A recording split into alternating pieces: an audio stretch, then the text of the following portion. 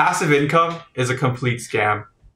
I have seen this trend across YouTube for years where all these YouTubers go through top 10 reasons or top 10 ways to make extra $500 a month, top 10 ways to become a multimillionaire, financial independence, or the whole like not quit your 9-to-5 job. What are you working 9 to 5? These things are all scams. These passive incomes streams are not passive at all. In fact, the likelihood of you making $500 a month will require you probably to put in 12 hours a day. You're working from, instead of 9 to 5, you're working from 9 to 9. So let me break them down. The most common forms of passive income that you typically see on YouTube is drop shipping, YouTube automation, and Fiverr side hustles. These are the most common ones you see. And let me give you some insight. I tried the first two. I tried all three, actually. I tried Fiverr side hustles. I tried all three. Let me talk about dropshipping first. Dropshipping is the concept of creating a storefront where somebody orders through your website. You do not own the product physically. You ship it from China. And then you source the product as soon as you get an order. So somebody orders, then you place an order in China and put the delivery address to their address. So let me go through a few problems with dropshipping, and then I'll also explain why it's not passive at all. The first problem is shipping time from China is like 30 to 40 days. I have never received something on time from China. They claim it's 15 to 20, which is already long. We live in a world where Amazon gets you your shit in 2 days. You're going to be competing with Amazon. You're going to be competing with local businesses. And you're telling me that your customer is going to wait 15 to 20, which is already long, but in reality, they're going to be waiting 30 to 40 days. Nah, that does not work. The second problem with drop shipping is it's so saturated. Once you find a product, literally you'll see hundreds of other people doing the exact same thing as you, trying to sell the exact same product. Some of them are even better at marketing. Some of them have marketing backgrounds. Sometimes even big businesses typically target some of these products. Amazon targets some of these products. The amount of time Amazon undercut its own sellers and created an Amazon basic product of the exact same thing that Amazon seller was selling and just kicked them off. Amazon's literally a piece of shit. You post on their platform, they will copy your business, they will make it cheaper, and then they will kick you off their platform, or they'll just turn down the SEO on your listing and put theirs up. Who's going to get the orders? People typically order the first row of items in the Amazon product page. They don't scroll down. They don't even go to the next page. If you're on the next page, your business is done. If you're not on the first page, okay, fine. You're on the first page. You can somehow get some of those stray businesses because your product had more reviews. But a huge majority will literally just order things from the first row. And guess who's on the first row?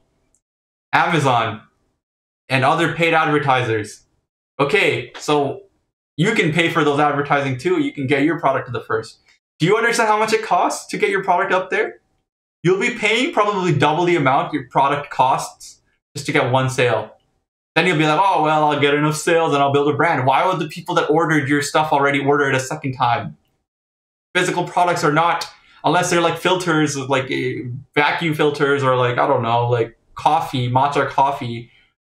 Unless they're like those type of products, if it's a single-use product or something that lasts long, then why would they order it? So you're basically paying Amazon to generate that sale. You're paying double the amount for the product, and you're also paying for the product. Your profit margins are like, you lose $50 to the product, you lose $100 a product.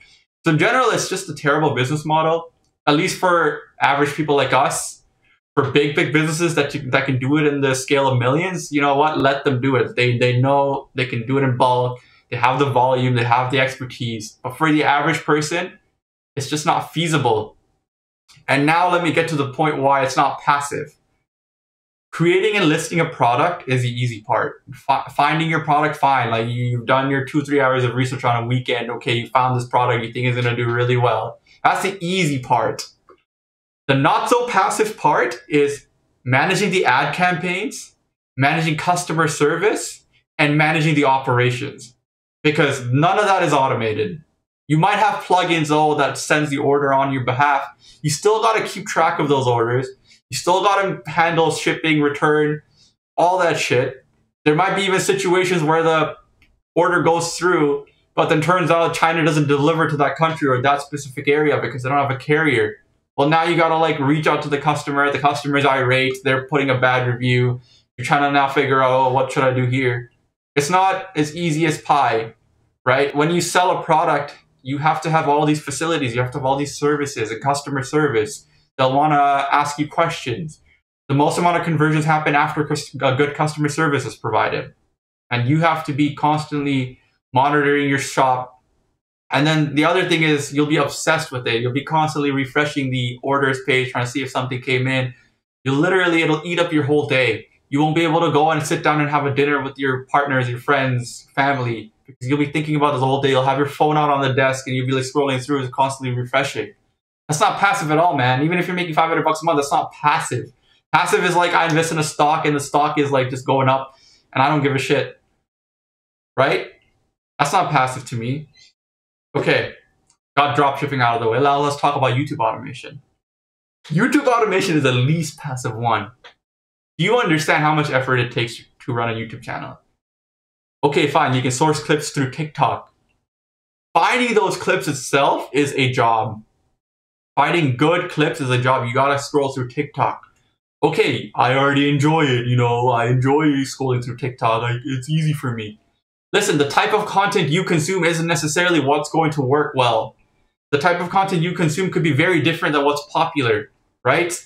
So now you have to change your For You page to cater towards what is popular, not what you enjoy. So the fact that you already consume social media does not apply in that situation, because it's not the type you consume. It's different stuff. It's mind-numbing. It's mind-numbing watching these like fucking compilation videos, trying to source out each clip you want. All right, so you've sourced the clip. Now, hundreds of thousands of other people source the exact same clip. So you post it, you'll get no views.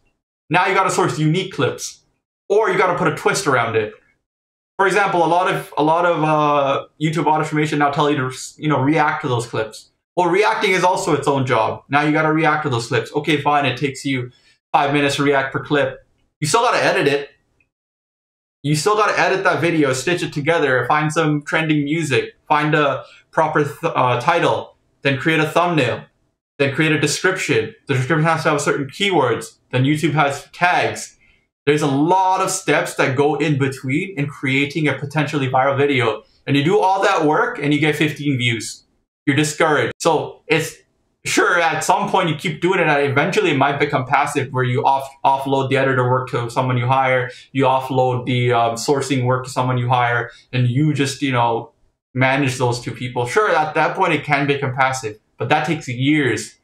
On average, it takes about 100 videos to even get a couple thousand views. Once you've gotten to your 100th video, that's when you see a little bit of traction. Creating 100 videos, it takes a lot of time. I'd say creating 100 videos will probably take you around, so I make about 20 videos with 80 hours of work a week. So you're looking at 8 times 5, 400 to 500 hours of your time just to get a little bit of traction, just enough to keep you motivated. You do this for 1 to 2 years, eventually, okay, your channel picks up, but that's not passive, where you had put in 1 to 2 years of hard work and dedication. That is not passive. Now that is active, and it has been active for 2 years, and it will be continuing to be active after 2 years, because you don't want to just stop at making $500 a month. You want to get to the next level. Well, sorry, buddy, but to get to the next level, you got to still continue putting in the effort. Otherwise, someone will overtake you. The YouTube automation isn't really a thing. What were the third thing? On Fiverr. Fiverr is the most competitive platform to generate business. I'm assuming you're in Canada, US, or UK, or some of the big nations where YouTube's consumed a lot. Based on my audience, you might be from Canada. You're going to be competing with people in Pakistan and India charging $2 an hour, $3 an hour. You trying to charge $30 an hour, you're expected to output 10x work, which is I doubt it. You will not, even if you were like a genius, you will not be doing 10x the amount of work somebody in India will. Most of those people speak English nowadays. Most of those people have pretty good technical skills. At best, you might be putting twice as much work than them. Okay, now your quality also has to be 10x. Sure, their quality might not be the greatest, right? But 10xing someone's quality is a very 2 to 3x is doable. 10xing is not possible. It doesn't scale like that. And people are very stingy with their money. They will always go for the cheapest option. Most people will. There are exceptions who will go for the highest of quality. But then you'll be competing with top level Fiverr agents, top level freelancers within Canada. So not only are you competing with people from India, Pakistan, Philippines, you're also competing with now the top talented people within your own country. And now you have to beat them as well. Once you beat them, okay, fine. Then it becomes a full-time job. Fiverr is not something like, you know what I mean? Once you beat them, that means your quality is up there. Your skill level and output's up there. You're literally doing a full-time job. You're working 8 to 9 hours a day, making a living wage.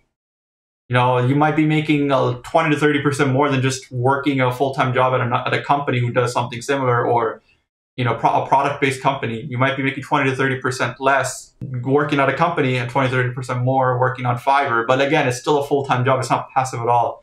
You cannot keep your main job and then do Fiverr on the side. You absolutely, actually, no, I take that back. You absolutely could do that. Your Fiverr wouldn't grow to $400,000 or $500,000 a year. That's the end of it. Your Fiverr will probably cap it around an extra 20,000, 30,000. That's assuming you're doing some great work. Until you pursue it full time, you're not going to be hitting those big numbers. And if you're looking for like a very small amount of passive income, sure, but an extra 20,000 means nothing to most people. Especially with our current economy, it'll take you, if you're trying to buy a house in Canada, it's $1.5 million, $300,000 down payment, 20%. It'll take you a long time to save up that money, 5 to 10 years minimum. Doing a Fiverr side hustle or extra passive income will not help you get there. Instead, if you focused most of your time either doubling down and getting better at your job, or you just went full-time on Fiverr, you're much better off in those situations, because you can get a 20 to 30% raise on your current job, which could equate to $20,000 to $30,000 extra, and you don't have to do as much work, because now you have full context in your current job. You don't have to balance two, three different things at once. So yeah, side hustles are good to have. I think passive income is a complete scam. It's just a marketing gimmick, marketing tactic term they use now to promote their videos. None of that shit works. You can start your blog, start your newsletter. You'll have 3 people subscribe to it. They're not going to pay you shit. You're just going to waste your time hours a day getting nothing done. Do it if you're passionate, and do it if you're active. It's active income. If you're actively putting effort into your dropshipping store, if you're actively putting effort into your Fiverr profile, you're actively investing, you're actively doing whatever it is that you're doing, you're putting in at least 15 to 20 hours a week, and then doing it for 1 to 2 years, 3 years, 4 years, then you will see real value creation, real outcome, real income. But that is not passive, that is active. That's all I wanted to talk about today. If you enjoy the type of stuff I talk about and you're interested in the topics I'm covering, please consider subscribing and liking the video. It lets me know. And if you have any feedback you share with me, I'm a new YouTuber. Any feedback is appreciated. Drop it in the comment section. And I will see you on the next one. Peace.